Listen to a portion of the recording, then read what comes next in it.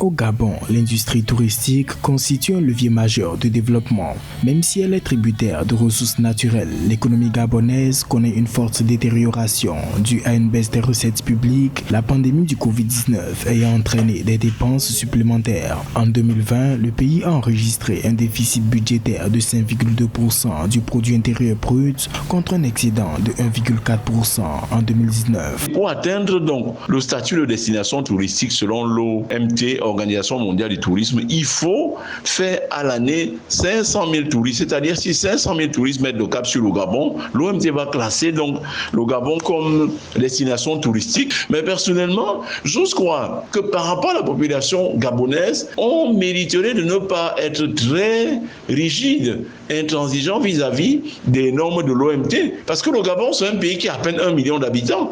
Vous voyez très bien 100 000 personnes qui sont reçus sur le territoire gabonais. À mon sens, on devrait pouvoir modifier la définition de l'OMT et faire du Gabon une destination touristique. L'inventaire des atouts touristiques au Gabon met en évidence son potentiel concurrentiel dans ce secteur, mais la part du pays dans le tourisme mondial est à ce jour insignifiante car il n'accueille aujourd'hui que 100 000 touristes par an.